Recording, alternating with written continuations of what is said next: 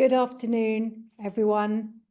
I'm going to give people a little bit more time to join. I can see there's some people joining, and in a moment, I'll introduce myself and our speakers, and we'll get started with the webinar. We'll just give it a moment or so for I can see quite a few people still joining.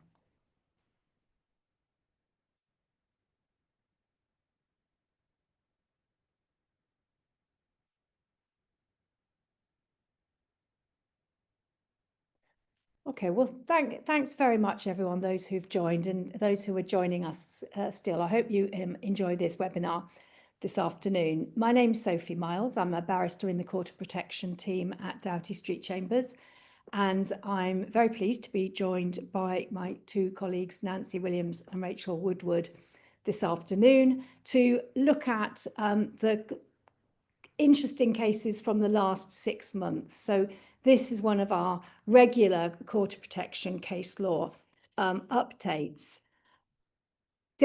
Each of us is going to speak for about 15 minutes or so.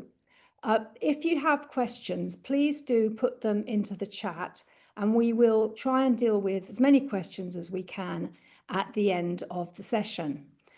We'll also, just a quick reminder, you will probably get a request for feedback for this session, and we really do appreciate hearing what you think about it, and if there are things that we can do to make it a better session, we're very happy to hear from you. So I'm going to start, and I'm going to be looking at a few cases about transparency and privacy. Rachel will then speak, and she's got a few interesting cases about developments in the field of capacity. And then Nancy is going to wrap up with a number of cases which cover a range of sort of miscellaneous areas, and then we'll have some time for questions. So if I can ask Ray to move the slide on. My first case that I'm going to talk about is a case called AB, and it's about disclosure of position statements, which sort of sounds quite dry, but actually there's really quite a lot in this case, and it's quite important in terms of sort of day-to-day practice. So as most of us will know, the general rule for Court of Protection hearings is that they're going to be in private. That's Rule 4.1. But then the expectation is, under Practice Direction 4C, that when there's going to be a hearing, that the court will make a direction that the hearing is going to be in public. Obviously, the court wants to protect the privacy of P and family members of P and details of where they live and so forth. And therefore, a transparency order is usually made. And that transparency order will have an injunction which binds anyone who gets to know about the hearing or finds out anything about it from revealing information that would identify P as a party to the Court of Protection or identify P's name or that of his family or his or her family. So this case was a fairly long-running case about various matters, including the validity of an advance decision to refuse treatment.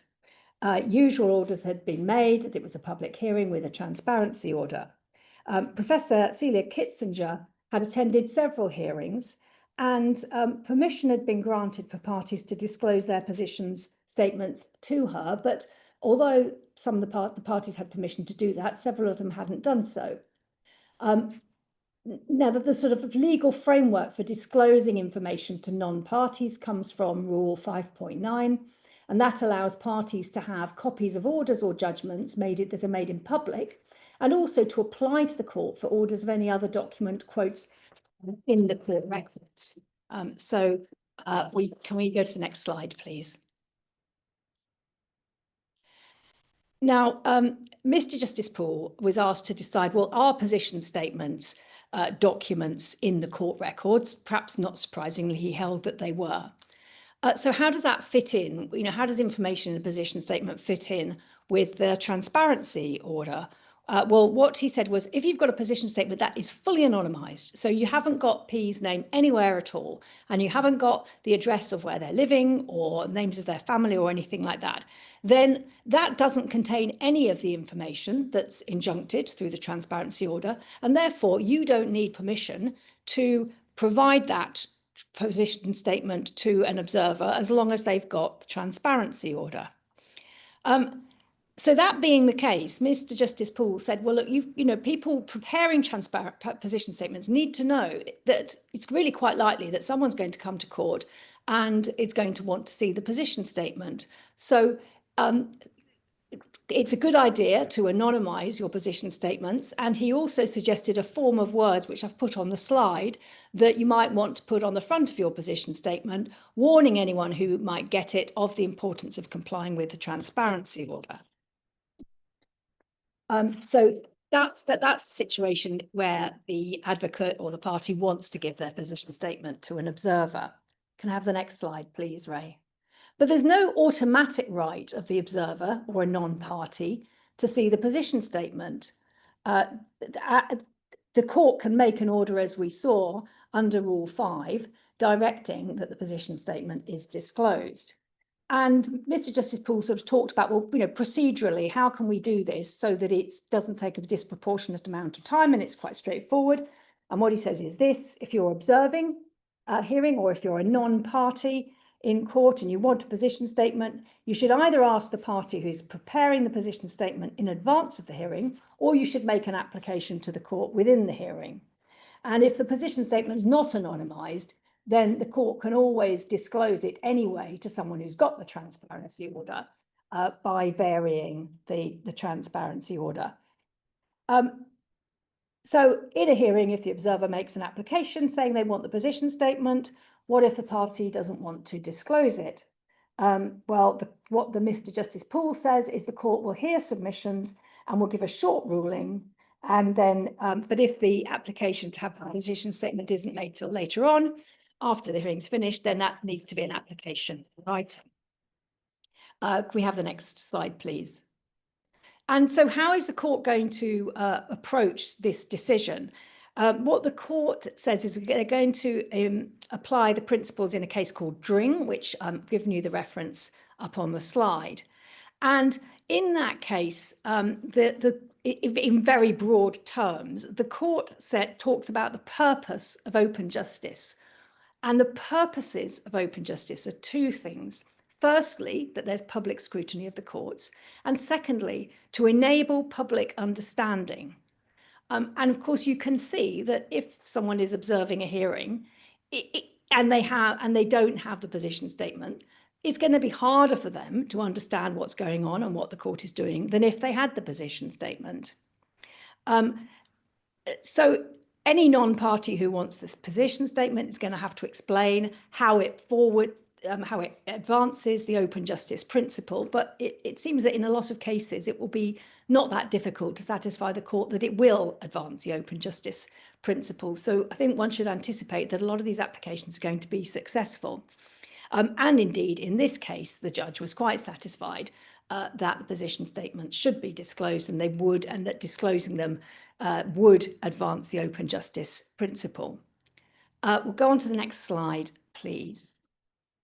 And one of the interesting things about this case is that Mr. Justice Poole is very clear that the Article 8 rights of P and P's family are protected by the transparency order. That is the mechanism that's been chosen to make sure that their rights are protected. And he said, well, look, if there's a hearing in public, then a certain loss of privacy is inevitable.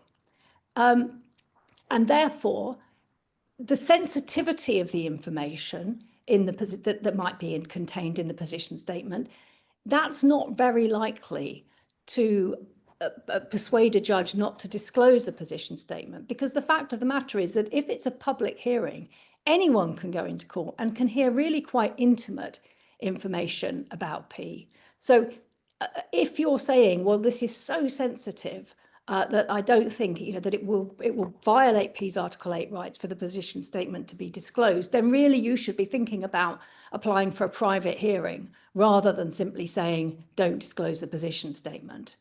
And another procedural issue that's quite helpful, I think, is that Mr. Justice Poole made it clear that the fact that there's no reason why P and P's family shouldn't be named in court. And I think that's quite helpful, because I think using initials in court can sometimes be seen as quite dehumanizing. When P or P's family are in court, they may often wonder why they're not being referred to by their real names. There's absolutely no reason not to do that. So that is the case of AB. And I'm now going to look at two more cases, perhaps a little bit more quickly, where, again, similar issues arose, and we can see the approach that the court takes. And first is Norfolk County Council and CA and others. This isn't the first judgment in this case. There'd been a fact-finding hearing in public over a number of days. The judge had concluded that P had been abused by her daughter. The judge had made injunctions against the daughter, and there's a reference in, I think, one of the judgments to the fact that the daughter might actually be facing committal proceedings. And this indeed did come to pass. And separately, a committal hearing took place, and where P's daughter was found to be in contempt of court. The daughter in the committal proceedings was named, because that is the expectation, that the contemnor will be named publicly in court, particularly in circumstances where they're found to be in contempt of court. And so here's a hearing where there's a committal. We know that there's a committal hearing. We know that the daughter is called Caroline Grady. We don't know who P is. Because a transparency order was made naming the daughter, Miss Grady, and referring to P as DB, and not actually disclosing the relationship between the two of them. So that meant there were two different judgments, both about the same case, but where the link between the judgments couldn't be reported. If we can have the next slide, please. And again, there was an application by Professor Kitzinger, who'd reported on the judgments for a variation of the transparency order to allow the relationship between Miss Grady and CA to be disclosed.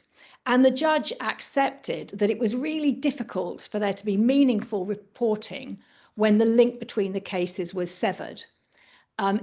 She accepted that it was important for open justice, and it is important for the public to know how the courts deal with contempt. So what would happen if the link between the cases was openly announced? Well, anyone would know that Caroline Grady was P's daughter, and would link that case to what had happened to P in the original fact-finding hearing. And the official solicitor was concerned about the possibility of jigsaw identification. And the official solicitor said, this is going to be a really easy piece of jigsaw identification. And in what may be the first reference to Peppa Pig in a Court of Protection judgment, he said, this is a Peppa Pig puzzle, not a 500-piece puzzle. So the judge looked at a couple of other cases where the whole issue of, what do you do in committal proceedings when you want to protect P's privacy, but where you're going to name the contemnor. So in the case of Esper, the contemnor was named, but the relationship between the contemnor and P was not disclosed. Perhaps what's important about that case is that there hadn't been any other information in the public domain at all until the committal judgment was released. Set against that is a case called Sunderland City Council and Ubov Macpherson. We're going to hear a bit more about that later on. Here, the relationship between P and Miss Macpherson, who is the contemnor, had been disclosed. But in that case, there was already quite a bit of information in the public domain. So if we can have the next slide, we'll see how the judge approached this. So the judge found that CA was a proud and private woman with a small circle of friends and a small social circle in quite a small community. And the judge found that the risk of jigsaw identification was high, and that P might actually be embarrassed. But then she said, well, look, what's the worst that's going to happen? The worst that's going to happen is that it's going to be known that she's been the victim of abuse.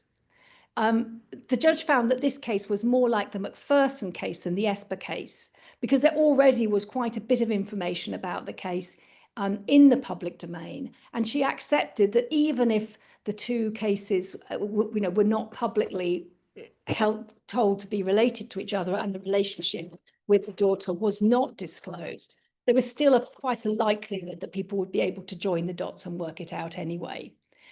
So in this case, she felt that it would be disproportionate not to allow the judgments to be linked and not to disclose the relationship between Caroline Grady and CA. And she says that, and the way that she expressed it is that she said the right to freedom of expression protected by Article 10 on this occasion outweighs what I find is a low and transient risk of an Article 8 harm to CA. So high risk that she'd be identified, but what the judge found was a low risk of actual harm as a result of that. So if we can just move on to the next slide, slides, I'll quickly deal with my last case. This is a case called W and P, and here the court took a different approach. This was an application for a statutory will in relation to P. P was a public figure, and P has severe dementia. At the start of the case, there is going to be an attended hearing, but no transparency order was made because when the case was initiated, the applicant W applied for the court not to make a transparency order until they'd heard submissions at the first hearing. And essentially what the judge found was that if P was identified, there would be significant curiosity about him.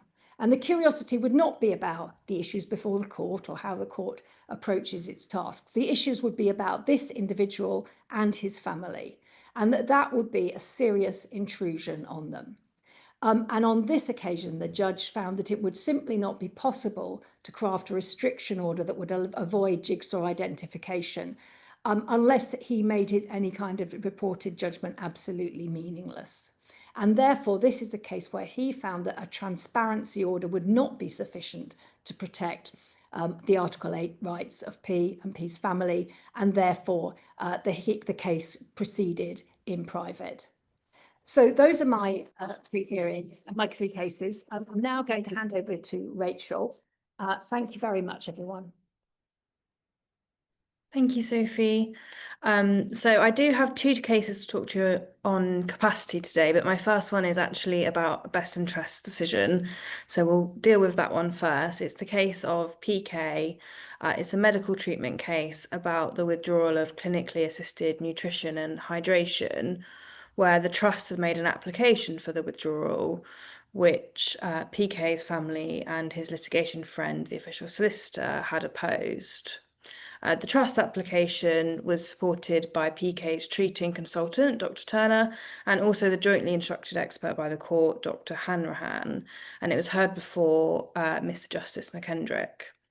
And it's a useful judgment to have a look at because it does a nice best interest analysis, very deeply rooted in the practices of Mr. PK himself and his very specific familial and religious circumstances.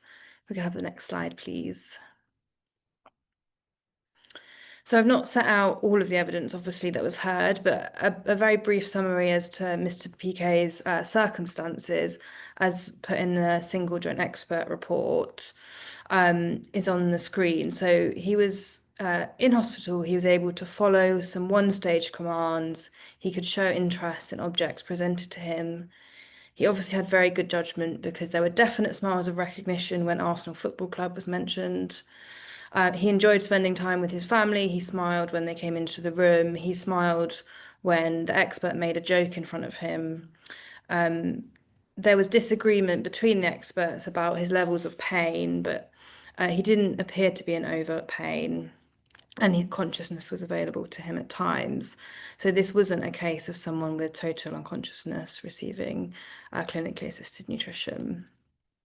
And the evidence was that if his NG tube was removed, he would die in around 1 to 3 weeks' time.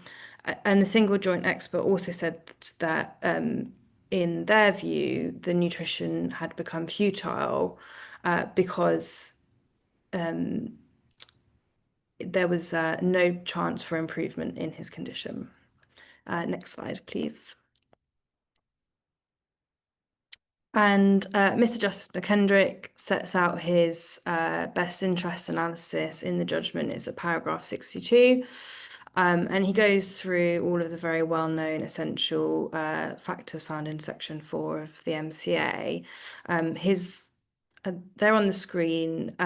Obviously, his present wishes were unknown. His present feelings were considered to be influenced by the enjoyment that he was evidently showing. And his family had also given very strong and persuasive evidence that his past wishes were that he would want continuing treatment, even in circumstances where many other people perhaps would want that treatment withdrawn. His past and present beliefs were deeply rooted in his faith, and his values were rooted in his family life as a husband, father, and grandfather. Next slide, please. He also considered, of course, the views of those engaged in caring for PK, so his treating clinician, who had raised concerns about pain, the impact of him by the nil by mouth regime and his mouth care and problems that would result from that, his environment in the hospital and whether that was a suitable place for him to remain, and what was put forward as the inherent indignity of personal care and being bedbound. And there was competing evidence on most of these points from his family, and that he had previously accepted care very well, that the environment didn't seem to be overly distressing for him, and as discussed previously, that there were times certainly where he didn't seem to be in pain. And his family thought that his NG tube should remain. And Mr. Justice McKendrick came to the decision that it would not be in his best interest for the nutrition to be removed. And in doing so, he took careful consideration of the fact that he was departing from the evidence of the two experienced clinical witnesses in the case, but said that the decision was his alone, and that he placed greater weight on Mr. PK's past and present wishes, feelings, and beliefs than the experts had done. He said also that he did not find the treatment futile, which had been hinted at in the evidence of the single joint expert, but as he said, rightly not developed in submissions, because the nutrition was sustaining Mr. PK's life, and that by itself made it not futile. And at that time, the burdens did not yet outweigh the benefits identified. So it's a good decision to have a look at in relation to best interest in those circumstances, and it has been described, and I think I would agree, as Aintree in 2025. Next slide, please, Ray. The next case is one of LS and is about capacity in various domains in the social care context. It was heard before Mr. Justice Cobb in relation to a P who had chosen the name Stitch for the purposes of the judgment as her pseudonym. And in relation to this case, there had been previous lengthy and complex proceedings which had concluded with the decision that Stitch had decision-making capacity in most areas of her life, save for capacity to conduct litigation. But very shortly after that previous decision, a fresh capacity assessment was done following concerns raised by staff at her supported accommodation, and a new application was made to the Court for Protection as that capacity assessment set out that she lacked capacity in the relevant domains, and they're set out on the screen, but residence care, contact, social media use, and sexual relations. And ultimately, the court found that Stitch lacked capacity in all the domains. And it's an interesting judgment, partly with how it deals with the capacity evidence that was before it. So if we could go on to the next slide, please. A number of difficulties were highlighted, the first being the short period of time from the capacity assessment to the fresh application after the court, and all of the professionals in that case having recently agreed that she had capacity. That capacity assessment, by the time this capacity hearing had been done 18 months prior, and was unorthodox in that it had been over a series of 8 sessions without Stitch having ever been told that her capacity was being assessed throughout any of those sessions. The expert report that had been ordered by the court was said to lack the forensic analysis required, especially in circumstances where the expert had done a 180 shift since their last report, which Mr. Justice Cobb considered had not been properly explained. And there was also an issue that Mr. Justice Cobb considered that Stitch had been assessed by professionals so many times that she'd now developed an ability to recall and use standard stock phrases, which could mislead an assessor into believing she had a greater understanding or ability of reasoning than in fact was the case. So was very good at using terms like vulnerability, risk of harm, protection factors. And so he didn't think that it would, despite all the difficulties with the evidence, that it would be helpful to commission any further capacity evidence in this case, and made the decision based on what was in front of him. Next slide, please. And a submission had been made on behalf of the OS that the court should make a contingent order to say that Stitch had capacity to make decisions about her residence and care provided if a support plan of containment was compulsorily in place at all times. And the first thing that the court did in this case was reject that proposal as being too far outside the provisions of the Mental Capacity Act. And that was because although, of course, the court and people involved in someone's care need to take all the steps possible to help support them to have capacity, that was within the context of a framework of autonomy and self-determination. And the quote on the screen there is from the judgment. It's paragraph 95. And he said that making such a decision would lack the quality of autonomy or self-determination, which are important characteristics of capacitous decision-making, where the decisions are made for oneself. And the proposal, if adopted, would be likely to lead to the conclusion that Stitch would lose capacity whenever she is permitted to make her own unsupported decisions, and then to have capacity only when she's compulsorily contained or supported.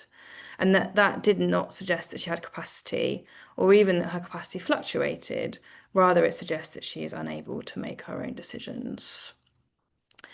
And Mr. Justice Cobb, having made that determination, then went through all of the relevant domains and found that she lacked capacity in relation to all of them.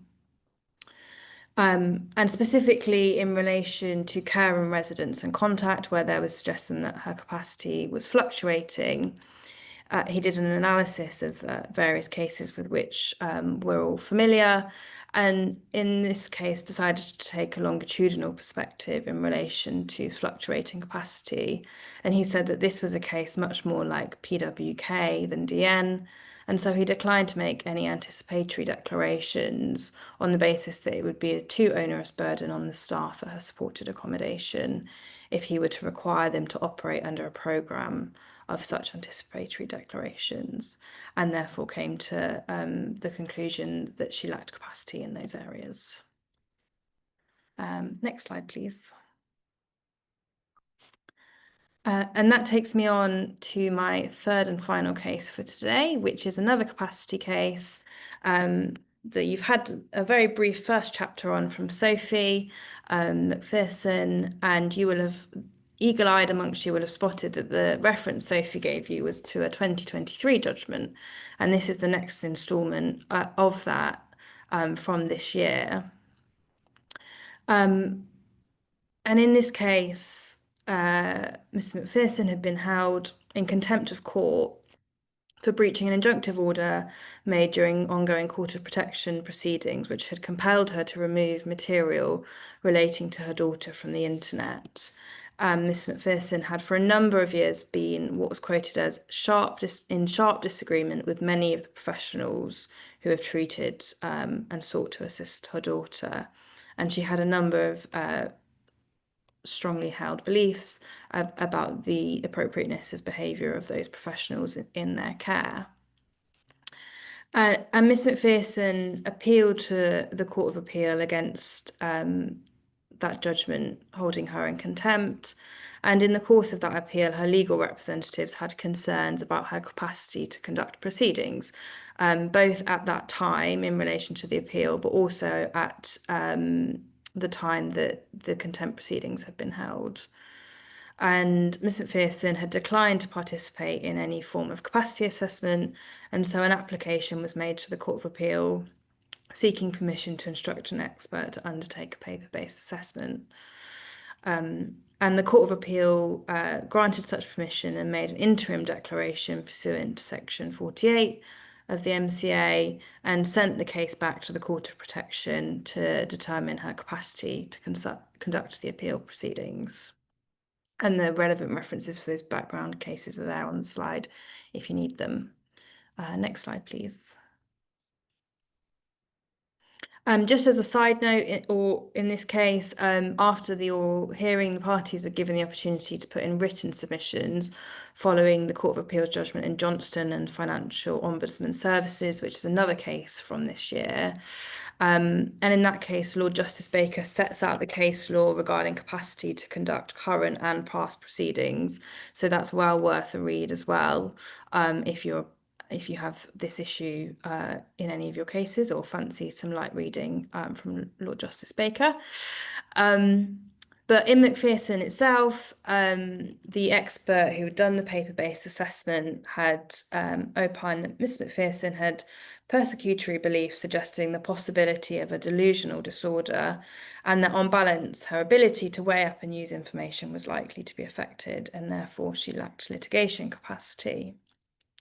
And this view was then repeated in his second paper-based report and expanded upon in oral evidence, although on questioning recognised that it was a very difficult question and at one point conceded that it might in fact be 50-50. Next slide, please. And the court had a number of concerns about the evidence of Dr. Prabhakaran, and this was firstly in relation to the limited material available to him. So he'd not been able to access Ms. McPherson's medical records. And of course, it was only a paper-based assessment and he'd never had the opportunity to meet her. There was also quite heavy criticism of the failure for him to properly address the question of capacity in the order as set out in JB, which is also emphasised by the Court of Appeal in Johnston to apply to these sorts of cases, as we should all expect by now. And in addition, that there was limited structured analysis and a lack of effective balance, specifically in relation to other evidence that was available on a paper-based assessment regarding times where Ms. McPherson was considered to have capacity, including by her legal representatives, and a kind of lack of explanation as to what had changed between those times, as well as a failure to address the steps that could be taken to support her. And so the court considered that, of course, that expert evidence needed to be considered in the broader context in relation to Ms. McPherson's behaviour in all previous court hearings, and stressed that the difficult behaviour that she had shown in relation to her contempt appeal did not equal a lack of capacity, and that on balance, after having considered all the evidence, and as well Ms. McPherson's own presentation at the capacity hearing and her own questioning of witnesses, that she had capacity to litigate in both regards. And I think that's all of my slides, and I'll hand over to Nancy. Thank you very much, Rachel. So I will also be dealing with 3 cases, and as Sophie has indicated, my cases, she described them as miscellaneous. I've chosen them because I believe that they demonstrate some important points of law and procedure that may assist practitioners in their cases. So the first case that I've dealt with is the case of Jay and Bath and North East Somerset Council. Now, this is a children's case. However, It's the Court of Appeal decision against the judgment of Mrs. Justice Leven, and it concerned the authorization of a deprivation of liberty of a child in a children's home. The importance of the case for COP practitioners, in my view, is demonstrated by the fact that many silks and leading senior junior barristers in the Court of Protection were instructed to represent the parties in this case. And it's confirmed also by the strength of the bench that dealt with the matter. It was the President, together with Lady Justice King and Lord Justice Singh, that dealt with the appeal. Now, the facts of the case are that it concerned a 14-year-old boy. The President, in his judgment, describes this young boy as suffering long-standing and lifelong disabilities. Some of those are set out on the slide. Jay had been accommodated by the local authority under Section 20 of the Children's Act, and it was part of his care plan to reside in a specialist children's home. The local authority issued care proceedings because they were concerned that the parents were not fully engaging with the local authority and the carers. And it was agreed once the care proceedings were issued that a final care order would be made. The matter became before Mrs. Justice Leven to authorise the deprivation of liberty due to the restrictions, as a result of the restrictions that Jay was subject to at the children's home. Next slide, please. Thank you, Ray. So the issue between before Mrs. Justice Leven was whether or not she should make a deprivation of liberty order. Now, that would have seemed straightforward on the facts. However, Mrs. Justice Leven identified a point of law which none of the parties that were instructed in the matter had made submissions on or had even considered, and she dealt with it at the hearing. She found that the issue that she needed to deal with was where there is the question of where there is a care order, whether the parents and the local authority can give consent to a deprivation of liberty. Now, Mrs. Justice Leven, when identifying this issue, then determined it by paying reference to many cases that practitioners will be familiar with in respect of deprivation of liberty. What she did was distinguish this case from Cheshire and Reedy. And what she said was that the case that she was dealing with concerned the scope of parental responsibility in respect of a child under 16.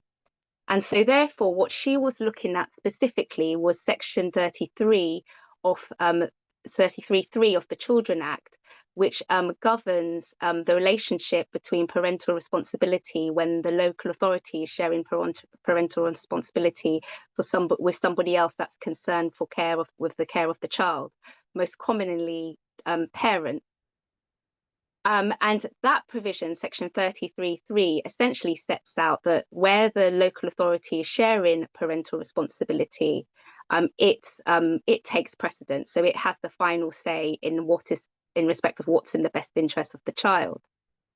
And so, having considered the cases, Mrs. Justice Leven drilled down the issue as a question of whether or not the local authority in this case was being asked to make a decision under Section 33(3) of the Children's Act of such a magnitude that it cannot be made by the local authority, but must be made by the court. Her analysis was that in the circumstances of this case, making a deprivation of liberty order was inevitable. No reasonable court or parent deemed the case would not make a deprivation of liberty order because of the risk of significant harm that Jay would be subject to if the restrictions in the care arrangements were not in place. So she decided that on that basis, the restrictions were in fact not a serious infringement of Jay's rights that no local authority could unlawfully consent to. Rather, they were restrictions to ensure his best interests, and they required the state to exercise its obligations, specifically positive obligations under Article 2 to protect Jay's life. because the court was exercising statutory, because the local authority, would be exercising its statutory powers, specifically under Section 33 of the Children's Act, she decided that that this case was one where the decision that was being made was not one of such a magnitude that it fell outside of the local authority's powers. In fact, the question fell squarely within the exercise of their statutory duties towards Jay. And so therefore, she found that the local authority had the power to consent to the restrictions and to deprive Jay of his liberty without any court involvement. Next slide, please. Unsurprisingly, this decision was appealed, and it's very unusual in my view in a case of appeal because all of the parties and the interveners were unanimous in support of the appeal. The President, when dealing with the appeal, raised the point which I think is important and one for practitioners to bear in mind. He, as a preliminary consideration, raised the fact that the judge had identified an important issue of law. And rather than adjourning the matter to hear detailed submissions on the issue, she had decided to press ahead and make a decision, not without giving counsel the proper time to consider this issue. The President expressed concern about that approach because it meant that the judge did not have the same considered detailed submissions that the Court of Appeal had to assist her in making her decision. The issue before the court, turning now to the substance of the decision, was whether or not Mrs. Justice Leven was wrong in law. And the President defined the question as whether it is necessary for the court to authorise the deprivation of liberty of a child who is subject to a care order where the local authority consents to the child's confinement. Now, what is really interesting in this case is the difference in approach between Mrs. Justice Leven and the Court of Appeal. The Court of Appeal made their decision by reference to the legal framework of the Human Rights Act.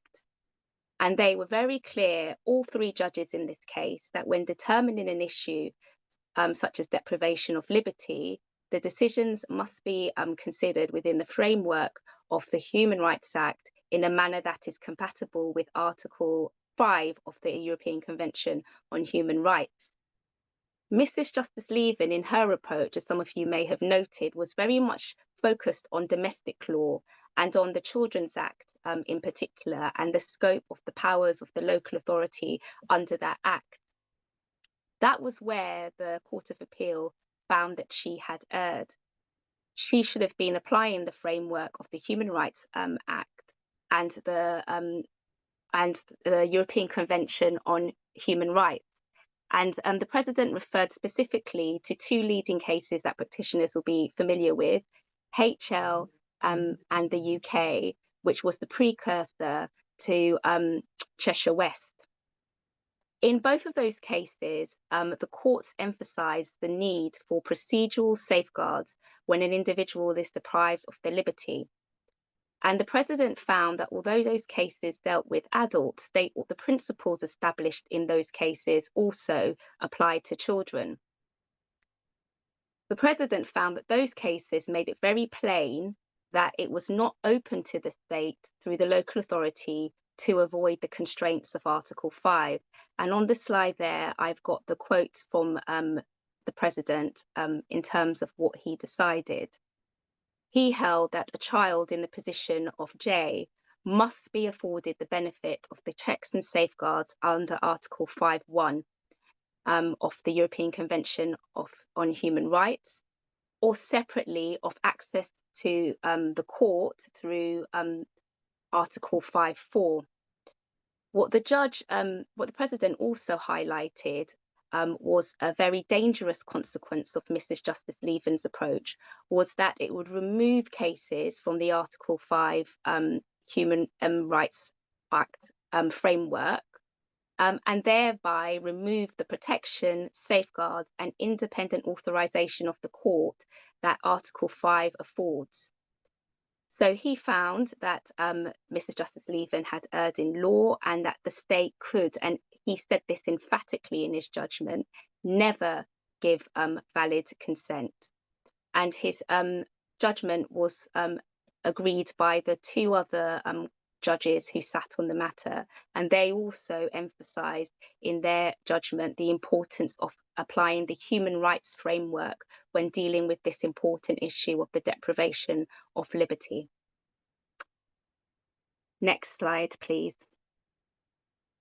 So the next case that I'm going to deal with is also a case which I believe raises some interesting points of law that practitioners may find helpful. It's A County Council and AB and Mrs. O and Mr. O. This is a case of Mr. Justice McKendrick. And in this judgment, he sets out steps that can be taken to secure the return of a vulnerable person when they are removed from the care of the state who is caring for them, or when, as on the facts of this case, the parents interfere with the state intervening to take care of the protected person because of safeguarding concerns. The facts of this case are that they concerned AB, who was a vulnerable young person. On the slide, you see the diagnosis that she had. She was described as being non-verbal. There were long-standing safeguarding concerns in respect of the care that AB was being given by her family that began when she was a child and continued through to her adulthood. In 2022, Court of Protection proceedings were issued by the local authority following a police welfare check at the family home. It was actually in relation to AB's sibling. But when the police entered the property, they were very concerned by the presentation of AB. She had bruises on her, and she was described as rocking back and forth and talking to her, mumbling to herself, and making noises. Following that police welfare check, the local authority had attempted to engage with AB. The social worker had wanted to undertake visits in order to assess AB's capacity and to carry out an initial needs assessment. The parents had refused the local authority social worker access, and so that's what resulted in the proceedings being issued at court. There were several hearings from the date of issue, and ultimately in February 2023, the court made an order on notice to both Mr. and Mrs. O that it was in the best interests of AB to be removed from the care of a family to a residential home for assessment purposes. A few days after that order was made, Mrs. O removed AB from the jurisdiction and took her to Jamaica. So the professionals were not able to enforce the order of the court. Following AB leaving the jurisdiction, there were further hearings that took place, and judges made the orders that one would expect in this type of case. So orders were made that it was in the best interest of AB to return to the UK, and a penal notice was attached to those orders. Those attempts were to get me back to the jurisdiction were unsuccessful. And very little happened in the case until March 2025 of this year, when the matter came before Mr. Justice McKendrick. At that time, the local authority was making an application to withdraw the proceedings. Mr. Justice McKendrick was very concerned about the circumstances of the case. And if you read the judgment, in fact, the majority of the judgment is the factual background of the case. He was so concerned that he felt it was important to lay that out in his judgment. Mr. Justice McKendrick made several third-party orders to obtain evidence about the whereabouts of Mrs. O and AB in Jamaica. And in fact, those third-party orders were successful, and contact was made with AB in April 2025. In July 2025, a further hearing took place, At that hearing, the local authority and the OS were asking for further disclosure orders, which the judge didn't grant. The local authority indicated that they wanted to instruct Jamaican lawyers in Jamaica to bring proceedings under the Jamaica's inherent jurisdiction to secure AB's return to the UK. And so I think it was on the basis that the local authority was intending to take that course of action that the judge made the decision to stay the proceedings and order that there was permission to file a COP9 for the stay to be lifted. And if no application was made within 6 months, the proceedings would be dismissed. Next slide, please. Thank you, Ray. So there are two issues that I think are really helpful for practitioners in this case.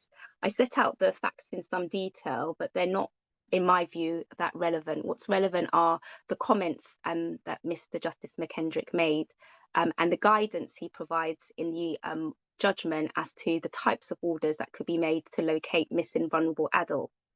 On the slide that you see before you, I've set out those orders, so I'm not going to go through them in any detail. What I will do is highlight the orders that Mr. Justice McKendrick made in this case, because he in fact made several of those orders to effect. So he made orders against the DWP, he made an order against the Passport Office, he even made an order against British Airways so that they could confirm the date of the flight that Mrs. O and AB took to leave the jurisdiction and who paid for those flights. He also made orders against Mr. O and Mrs. O's daughter, who were both in the UK, who he believed had information that was relevant to locating AB. He made orders directing that they file evidence and attend court to give oral evidence about the location and whereabouts of AB and Mrs. O. So, as I said, although this case has an international context, these are orders that could be made in domestic proceedings should practitioners be confronted with a similar scenario where they are trying to locate missing vulnerable adults. Next slide, please. Ray, thank you. The final issue that Mr. Justice McKendrick dealt with that was not raised by the other parties was habitual residence. He made some helpful obiter comments. Now, he found that there was a question that in the period between March and July of 2025, when he was making his orders, that there was a possibility that AB had lost her habitual residence because she had been in Jamaica for some time. But on the slide, you can see the two grounds on which he said that he believed that the UK courts retained jurisdiction. The first was the very specific grounds set out in the case of Amina Al-Jeffrey by Mr. Justice Holman, where the court found that on the basis of a nationality of a British citizen, they could be found, the inherent jurisdiction could be used to protect vulnerable adults who are habitually residents aboard. And the second ground which he found was that the court retained residual jurisdiction because in fact the orders that he was making were to give effect to previous return orders that had been made by the court when AB was habitually resident in the UK. Next slide, please. Thank you, Ray. So this is my final case, and I will deal with it very quickly because I'm conscious of the time. So it's a property and affairs case, and it deals more squarely with the issue of habitual residence. Now, as you can see, the facts are set out on the slide. I'll summarise them very briefly. KS, who has a deputy in the UK, moved to India with her family in May 2020. She had substantial amounts of money that she had received in damages due as a result of a successful clinical negligence claim.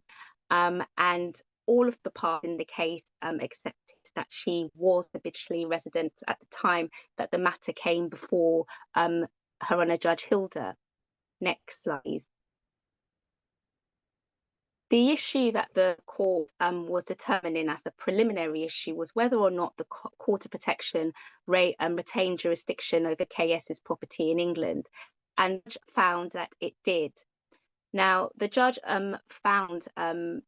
reached this conclusion through application of both the Mental Capacity Act and the Hague Convention in relation to children.